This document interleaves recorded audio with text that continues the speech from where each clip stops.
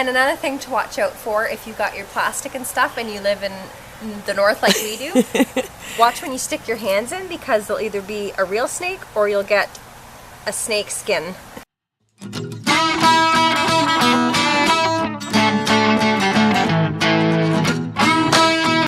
Morning, guys. Hello. So today we are going to show those of you that want to know how we do our 12 branch system on our cherry tomatoes, or our tomatoes, so that you can go from this to this. So these are the ones that we did yesterday. They are doing absolutely fantastic. These are all the indigo kumquat and indigo cherry in this row. Now we're going to work on our reds and oranges, I think. So we will show you how we do this system. Okay, so as you can see, this plant is growing very tall, and Haley's just going to show you here. So we are going to count this whole piece as the top, so we don't count that as anything. You start with the branch under that. So you count 1, 2, 3, 4, 5, 6, 7, 8, 9, 10, 11. Your 12th branch you leave, and all the other green branches underneath that you take off, leaving the trusses, obviously. Yeah, do not pick the trusses off. Actually, that has happened once in a while, but... So I just kind of hold it and push it up towards the stem, and it snaps off fairly easy. You can use scissors. I just find for me that works a lot quicker, and then any weeds around the bottom you just kind of take out to neaten it up. Perfect. Or not. That one's stuck.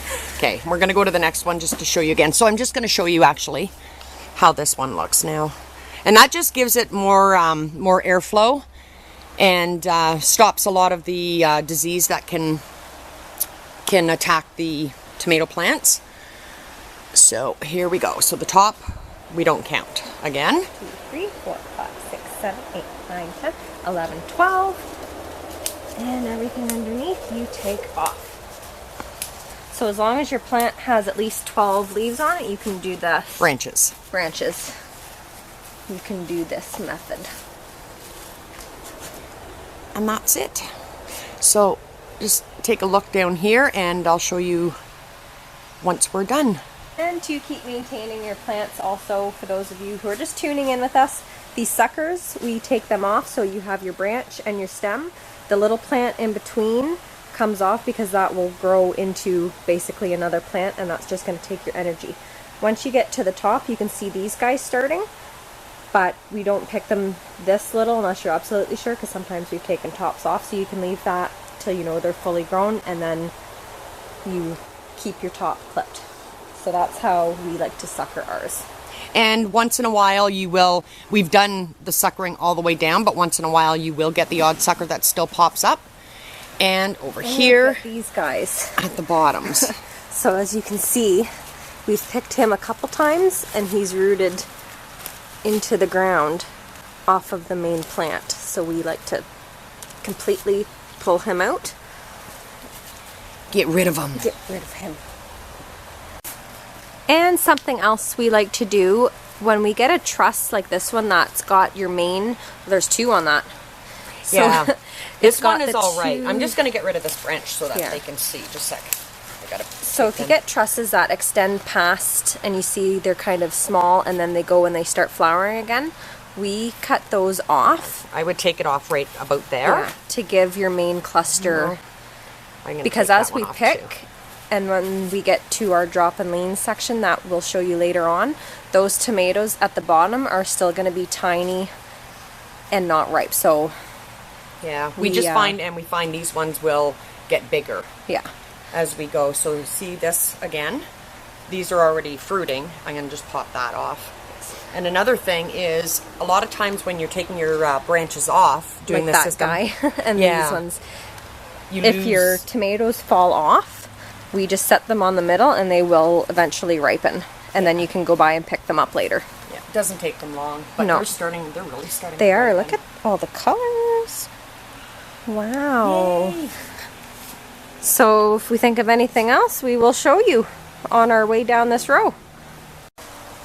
And as hard as we try and maintain these things, we still get the odd sucker that just oh my gosh, takes off.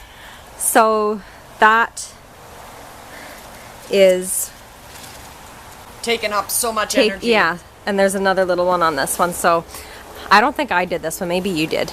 I probably did. So we just pop him off like that. And another thing to watch out for if you got your plastic and stuff and you live in the north like we do, watch when you stick your hands in, because there'll either be a real snake or you'll get a snake skin like this guy, because they go under, and I think the plastic sticks to the skin and they can shed easily, because we get so many of these and they get bigger and bigger every time. And they startle once in a while, eh, Hale? Yeah, because you see the skin, you're just like, oh wait, no, you're good. I know CB is going to love this. Yeah! Oh, don't do that. Okay, here's another thing that we also do. This happens often. At the end of your truss, you will end up with a sucker growing off that, which is also going to produce fruit, but you want that off. And it breaks, it's kind of like a little node there, where it breaks off. Take that off and let your truss do its thing. I think I'm going to see where there's really nothing here, and take the end of that And off because too. we are constantly picking and needing them to ripen, you can leave them on and let them ripen all summer if you're not going to keep, like if you're not in a rush to get them, but we take them off so that we can get them ripen faster, and then by the time the next one's ready, it's just faster for us to do it that way. You mean, are you talking about the sucker at the end? Like the... Or the little ones? Yeah, like you can leave them on, well, but then you're going to have them growing like crazy. So we like to keep everything nice and neat. Like if you show them down there what we've just done. yeah, so what that's... a difference. Yeah. So now we can see all of our babies. Yummy, yummy, yummy. Patty keeps eating them though. I know, they're good. And this is the pile of branches we got off just that one row. So that just shows you how much extra junk you don't need to have growing on your tomatoes. And there we go. This entire cherry tomato house is complete, and I'm just going to go around and show you the different varieties we have. So we have our red Flavorita, which are beautiful. We have our indigo cherry drops, which are starting to ripen now. And we have the indigo kumquat. So the indigo cherry are the round ones, and these are more like a grape type variety. We have our yellow minis, which aren't so mini, eh, Hal? Yellow minis. And our orange Torangina. So that's what's in number 2, the cherry tomato house. If you want to wear gloves when you're doing this, Like me? you can. So Haley's hands are nice and clean, and mine are always yuck. So that's it for now. Next video will be on pruning our big beefsteak tomatoes.